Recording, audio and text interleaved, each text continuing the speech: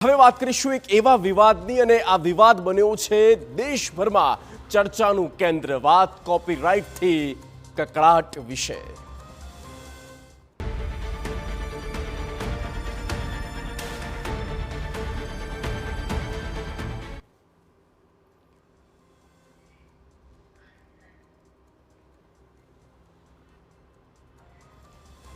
સાળંગપુર કષ્ટભંજન દેવ હનુમાનજી મંદિર દ્વારા હનુમાનજીના કેટલાક દિવ્ય સ્વરૂપો અને કિંગ ઓફ સાળંગપુર નામને લઈને કોપીરાઇટ અને ટ્રેડમાર્ક નોંધણી કરાવવાનો નિર્ણય હવે વિવાદનું કેન્દ્ર બન્યું છે। મંદિર ટ્રસ્ટ આ નિર્ણયને આધ્યાત્મિક વારસાના સંરક્ષણ માટે જરૂરી ગણાવે છે, જ્યારે સંત સમાજ, બ્રાહ્મણ સંગઠનો અને કેટલાક ધાર્મિક આગેવાનો તેનો વિરોધ કરી રહ્યા છે અને બીજી તરફ દાદાના ભક્તો આ નિર્ણયને યોગ્ય ઠેરવી રહ્યા છે।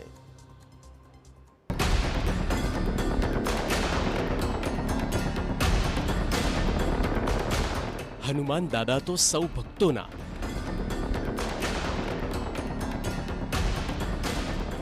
તો પછી ટ્રસ્ટનો અધિકાર કેમ?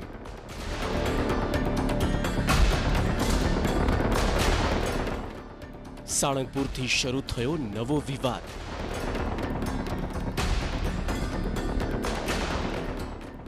દાદા તો 18 વર્ણના, પરંતુ દાદાના નામે છેતરપિંડી નહીં ચાલે।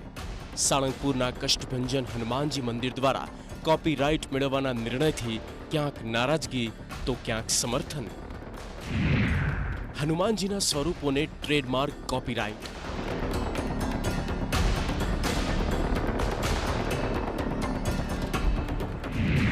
કિંગ ઓફ સાળંગપુરની થઈ નોંધણી।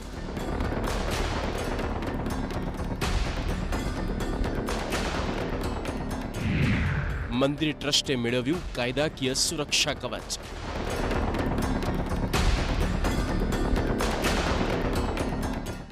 બોટાદના પ્રસિદ્ધ સાળંગપુર કષ્ટભંજન દેવ હનુમાન મંદિર દ્વારા હનુમાનજીના કેટલાક દિવ્ય સ્વરૂપો, કિંગ ઓફ સાળંગપુર સહિતની બૌદ્ધિક સંપત્તિઓના હકોની નોંધણી કરાવવામાં આવી છે। મંદિર કમિટીના જણાવ્યા મુજબ ભવિષ્યમાં કોઈ વ્યક્તિ કે સંસ્થા દ્વારા આ નામ અને સ્વરૂપોનો વ્યવસાયિક દુરુપયોગ ન થાય તે માટે આ પગલું ભરવામાં આવ્યું છે। દેશની અગ્રણી લો ફર્મ દ્વારા સમગ્ર પ્રક્રિયા પૂર્ણ કરવામાં આવી હતી।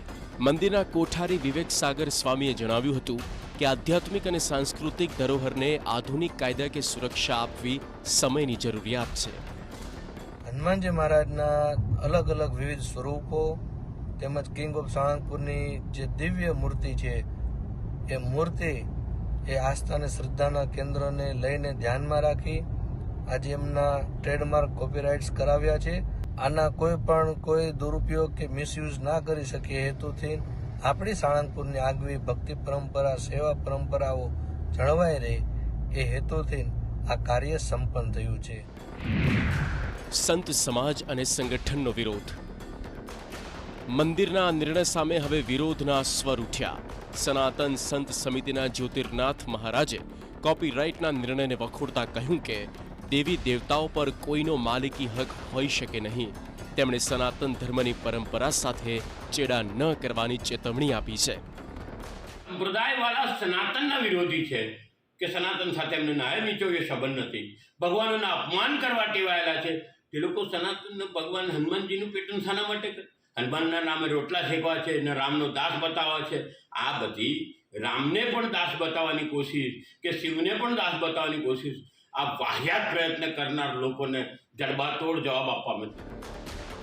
આ તરફ વર્લ્ડ બ્રાહ્મણ ઓર્ગેનાઇઝેશનના ચેરમેન હેમાંગ રાવલે પણ આ મુદ્દે કડક વિરોધ નોંધાવ્યો। તેમણે કહ્યું કે ભગવાન પર તમામ ભક્તોનો અધિકાર છે, કોઈ ટ્રસ્ટ કે સંપ્રદાયનો નહીં। સાથે જરૂર પડે તો કાયદાકીય લડત લડવાની પણ ચીમકી ઉચ્ચારી છે। હનુમાનજી, રામજી, ગણપતિ આ બધા જ જે છે એ આસ્થાના પ્રતીક છે અને આ આસ્થાના પ્રતીક જે છે એ કોઈ એક સંપ્રદાયની જાગીર ના હોઈ શકે।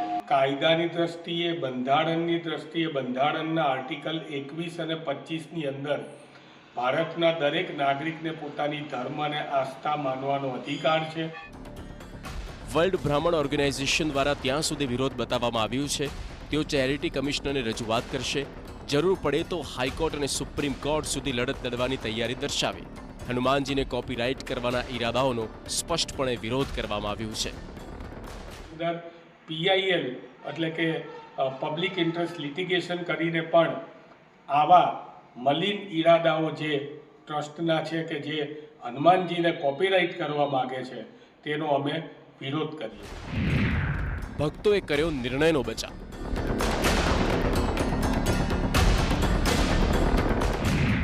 ફ્રોડ અટકાવવા જરૂરી હોવાનું મત. જ્યાં એક તરફ વિરોધ થઈ રહ્યો છે અને બીજી તરફ અનેક ભક્તોએ મંદિરના નિર્ણયને સમર્થન આપ્યું. ભક્તોનું કહેવું છે કે કેટલાક લેભાગુ તત્વો દાદાના નામે છેતરપિંડી અને ખોટો પ્રચાર કરતા હોય છે, જેને રોકવા માટે આ પ્રકારનું કાયદાકીય સુરક્ષા કવચ જરૂરી છે. દાદાના મંદિરે કોપીરાઇટ કિંગ ઓફ સાળંગપુર ના જ થવું જોઈએ અને જે કંઈ લોકો આ કરતા હોય, કોપીરાઇટ કરતા હોય કે પ્રસાદમાં કે પછી ઓનલાઈનમાં ખોટા માર્ગદર્શને હરિભક્તોને ચડાવતા હોય એ લોકોને પર કાયદેસરની કાર્યવાહી થવી જોઈએ. ભક્તોનું માનવું છે કે આ નિર્ણય ભગવાન પર અધિકાર જમાવવા માટે નહીં, પરંતુ દાદાના નામ અને પ્રતિષ્ઠાનું રક્ષણ કરવા માટે લેવામાં આવ્યો. જો કે સમગ્ર મુદ્દે ધાર્મિક, સામાજિક અને કાયદાકીય સ્તરે ચર્ચા તેજ બની છે. આજકાલ હું પણ સોશિયલ મીડિયામાં જોઉં જ છું કે સાળંગપુરના નામે ફ્રોડ થઈ રહ્યો છે, જેથી કરીને રૂમના ઉતારા છે, દર્શન બાબતે છે, પ્રસાદી બાબતે છે, એ બધું સત્ય હકીકત છે અને ખોટો ફ્રોડ થઈ રહ્યો છે. એ ફ્રોડ અટકાવવા માટે સાળંગપુર કિંગ ઓફના નામનું ટ્રેડમાર્કિંગ મંદિર ટ્રસ્ટીએ નિર્ણય લીધો છે. આ ટ્રેડમાર્ક કોઈપણને જોતો હોય તો મંદિર લોકો ટ્રેડમાર્કવાળી મૂર્તિ અને મંદિર પણ બનાવી આપવા તૈયાર છે. સાળંગપુર મંદિરનું કહેવું છે કે આ પગલું માત્ર દાદાના નામ અને સ્વરૂપોના દુરુપયોગને રોકવા માટે છે, જ્યારે બીજો પક્ષ તેને ધાર્મિક આસ્થાના ખાનગીકરણ સમાન ગણાવે છે. હવે આ વિવાદ માત્ર ધાર્મિક નહીં પરંતુ કાયદાકીય અને સામાજિક ચર્ચાનો વિષય બન્યો છે. આગામી દિવસોમાં આ મુદ્દે વધુ સ્પષ્ટતા અને સંભવિત કાનૂની લડત જોવા મળી શકે છે. Bureau report, TV9.